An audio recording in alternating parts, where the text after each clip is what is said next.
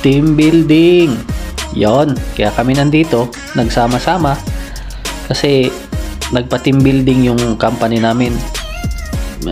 6 years na ako sa company, pero ito yung first time namin mag-team building. Bakit? Kasi karamihan noon sa mga empleyado is Arabic, ibang lahi. Ngayon, last year is dumami na kami mga Pinoy. So almost 50 to 60% ng Pinoy ang mga trabahante ng kumpanya namin. So ngayon nagtipon-tipon kami para mag-team building, para gumanda yung samahan ng mga team leader, supervisor. Kasi nga is puro Pinoy na kami.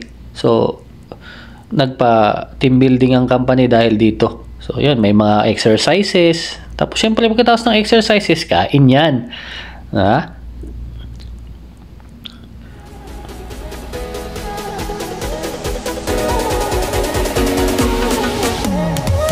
Yun.